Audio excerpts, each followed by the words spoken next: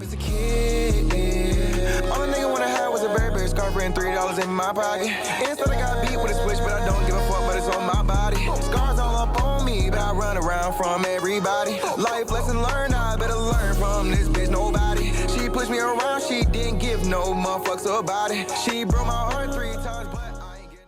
A couple of hours ago, it has been announced that Taysom Hill is going to be the starting quarterback for the New Orleans Saints this week in their matchup against the Atlanta Falcons in replace of the injured Drew Brees. Now, for those of you guys who do not know, I'm a diehard Jameis Winston fan. And when I woke up this morning and I unlocked my phone and I saw the news that Taysom Hill was going to be starting over Jameis Winston, I was highly upset. And I do not agree with this decision to start Taysom Hill over Jameis Winston.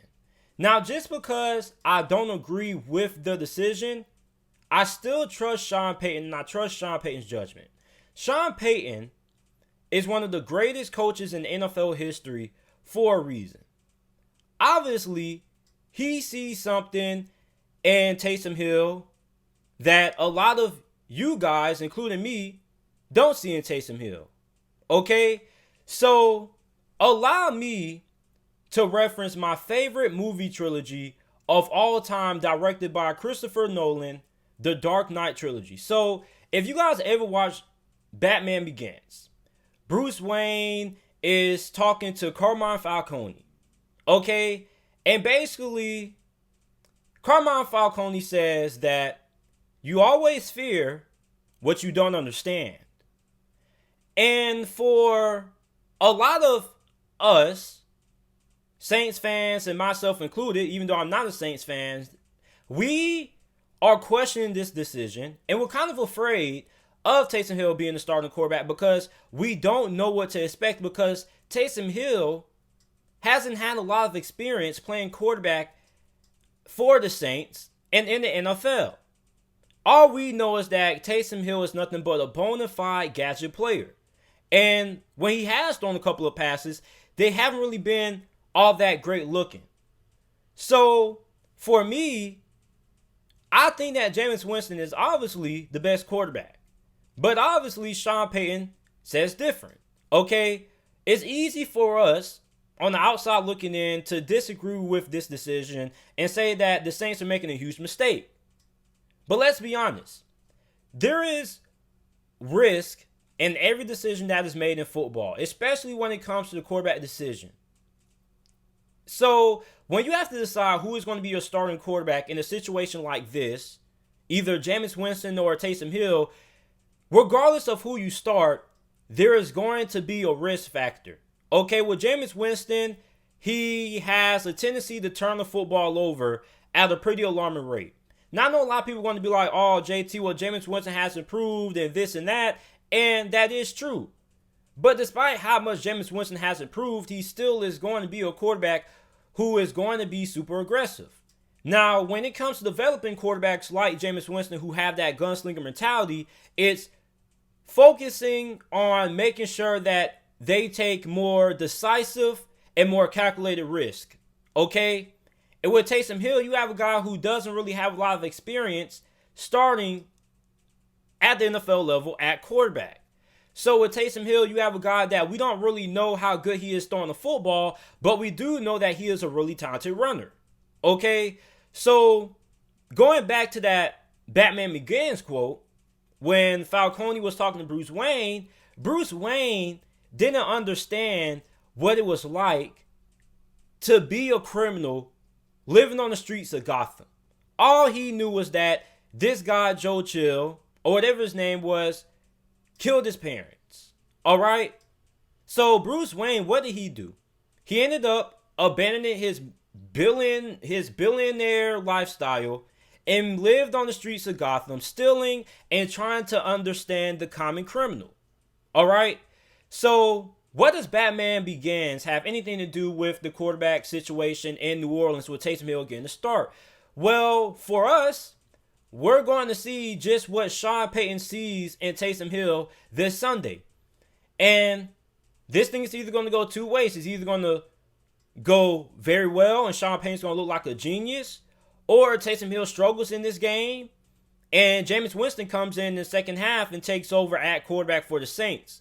But I do believe that there is more upside and starting Taysom Hill at quarterback than there is with Jameis Winston because of what Taysom Hill is able to do running the football. Now, Jameis Winston is a pretty good athlete. Then he's a better athlete than what a lot of people give him credit for. But Taysom Hill is a way more superior athlete than Jameis Winston.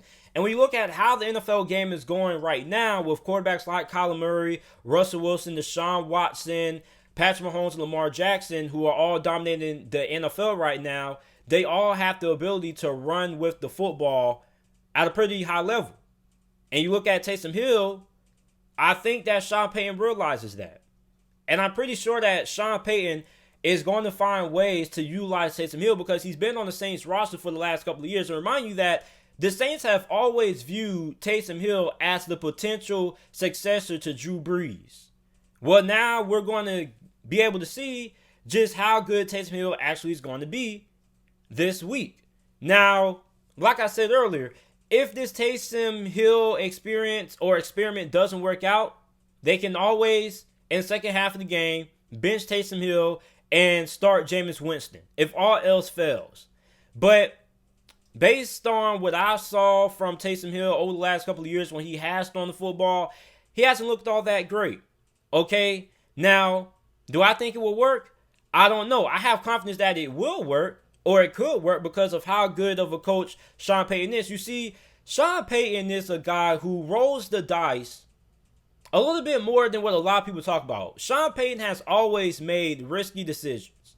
When he was the head coach for New Orleans and he decided to bring in Drew Brees as his starting quarterback, remind you that this is a guy in Drew Brees who at the time San Diego Chargers didn't want anymore.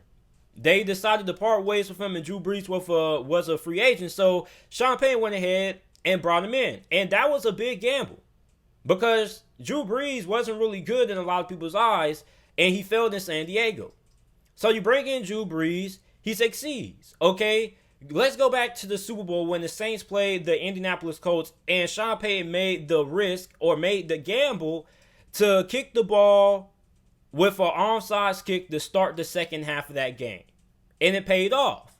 So I'm not saying that just because Sean Payton has been pretty successful and the risk that he has taken in the past that he's going to be successful starting Taysom Hill. But I'm just saying that you can't make it far in the NFL like Sean Payton has without taking risk. Andy Reid took a risk when he decided to draft Patrick Mahomes. Remember what the narrative was, that the Chiefs were making a big mistake because they already had Alex Smith. Why would they already go ahead and draft another quarterback when they already have a pretty good one? Well, we saw that paid off. That was a big risk, and it paid off for Andy Reid. You have to take risk in the NFL to be successful. Sometimes they work out, sometimes they don't. But knowing when to take risk and when not to take risk is also a really big part of being a good NFL head coach as well.